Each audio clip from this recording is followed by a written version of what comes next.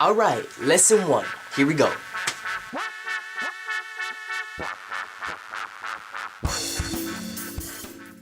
Alright.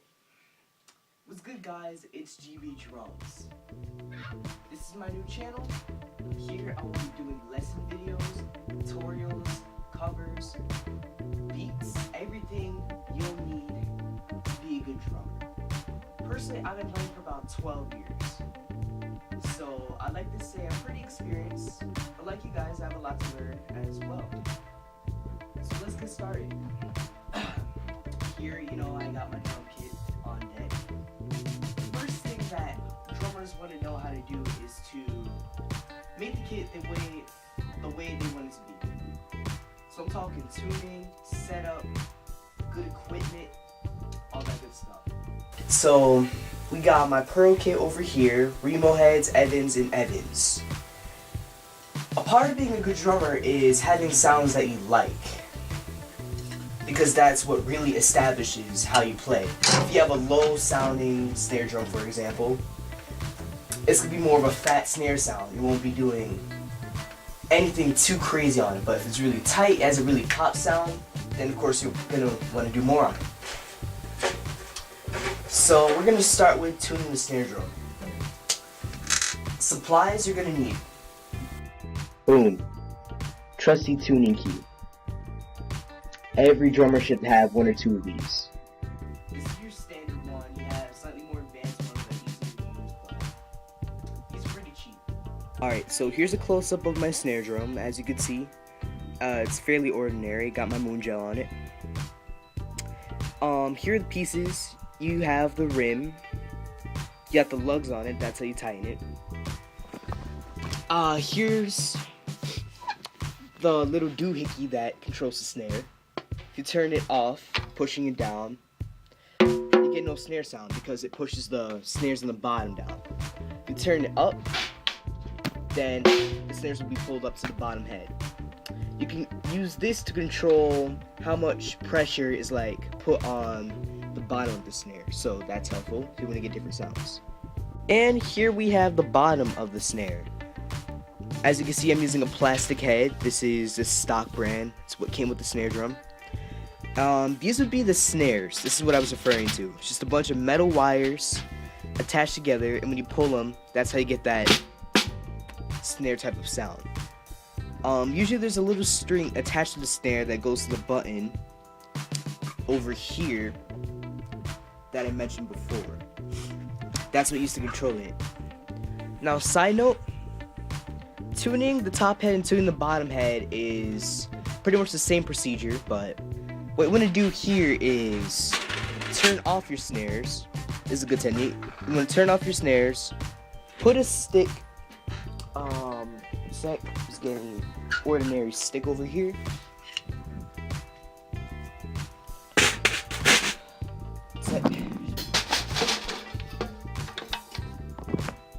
Basically what you could do is put a stick under the snares and then tighten it. That way you don't get any snare resonance when you're adjusting the head. It's just the sound of the pure drum. Now usually what I want to do is make the top head tight and the bottom head tighter, because the bottom head is what really determines what the snare drum sounds like. Basically what you want to do is, I'm just going to unscrew my head. One sec.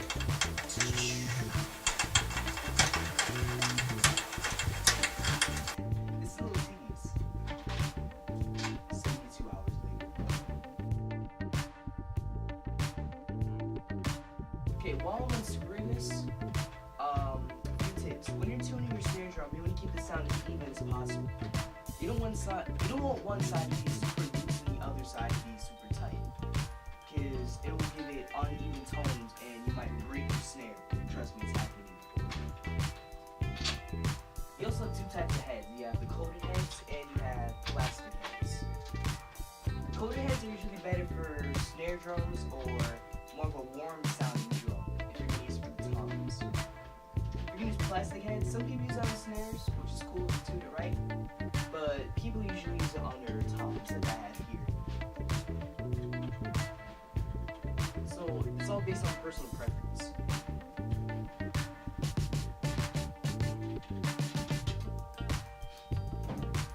Another thing is, you really have to be aware of what kind of drums you buy.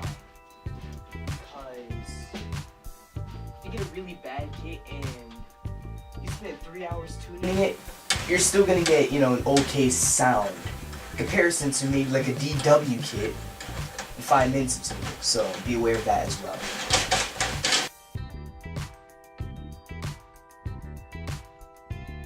Just in case you're wondering, here I am using a Yamaha Musashi snare.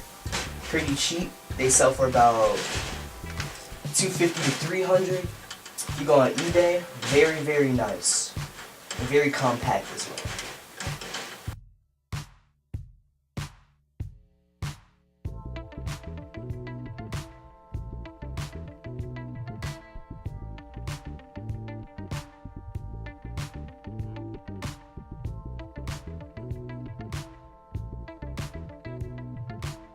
And, alright. So, this is usually what your head would be like, minus the root. It's the typical coated head, you see. Now, a lot of people ask me what they should do when they're first getting a kit in order to get a clean sound. I'm going to show you how to tune your drums correctly. Of course, this isn't the only way you can do it, but this is my preferred way, and it's worked at a lot of gigs and live performances. So you got your rim, right? What you want to do is place it as even as possible on the head. You don't want any gaps. You don't want anything to be uneven, because that can affect the sound as well. And you want to make sure your drum is clean. That's a big part of it. Now, when you're putting it on, what I usually like to do is go 2 at a time in like a diagonal fashion. That's what keeps the sound really precise. So I'm going to go here and I'm going to go right over here.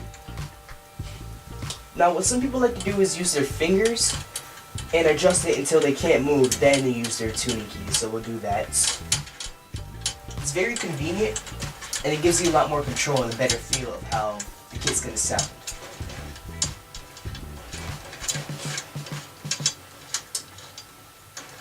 Alright, so once we hit that point, you stop. You don't tighten it.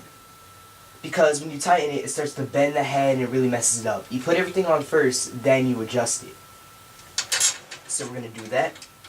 I'll do a time lapse right here.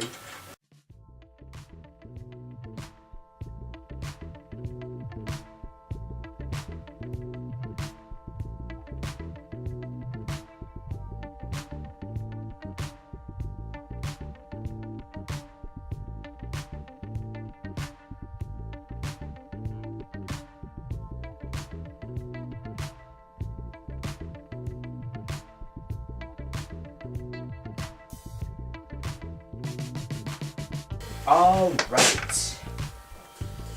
Now that we have all the lugs on, this is where we start to adjust. As you can see, at this point I have a very dead, flat paper-like sound. That's when we start adjusting it. Because you see, when you're tightening the drum, it's just really stretching out the head and it gives it a lot of resonance. So I like to go 3, 2, 3, 1, 2, 3 for each lug, and then just keep building up from there. Like I said, keep it very even if you want to get a clean tone.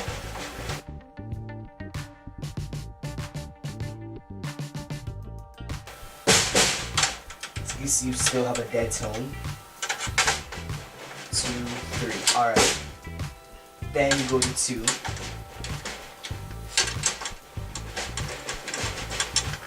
Of course, like I said, this is all based on personal preference. Everyone likes a different sound. Personally, I like to have a medium-high tone.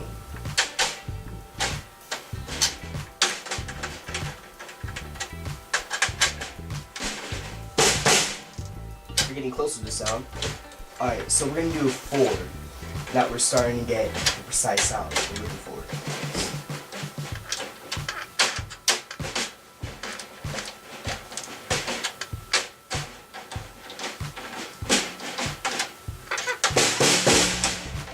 See, you still have a dead tone.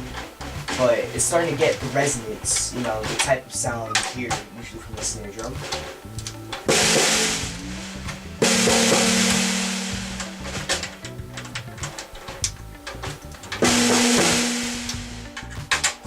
Alright, now we have our average snare sound, our average untuned snare sound. At this point, it's just a matter of finding a sound you like. So I'll time lapse this.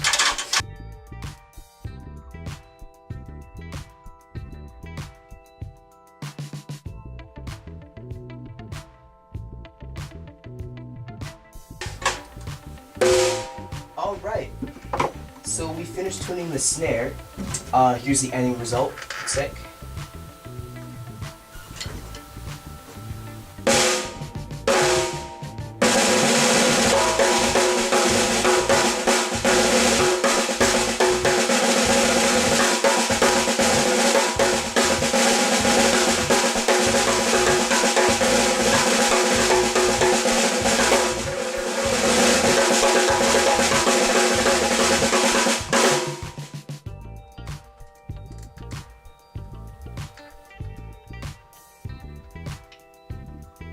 Alright, so you get the idea. Have a really clean, precise, medium style tone. I feel like this tone will get you through any type of gig, any type of session. Of course, you can go higher, you can go lower, but all really depends on the type of music you play. Now, if you spend hours and hours tuning your snare and you still can't get a good sound, what you want to get is these tiny little blue rubber pieces called moon gels. They will mute the sound of your drums, so you don't really have to worry about any giant overtones. So if we record it here, we got this type of sound.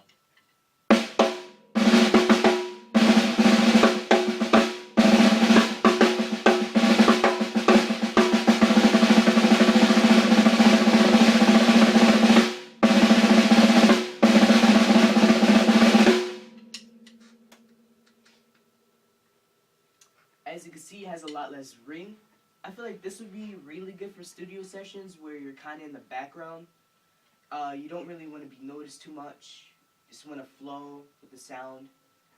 Not too much noise, but you still get the sound of the tone. So yeah, that's how to tune a snare.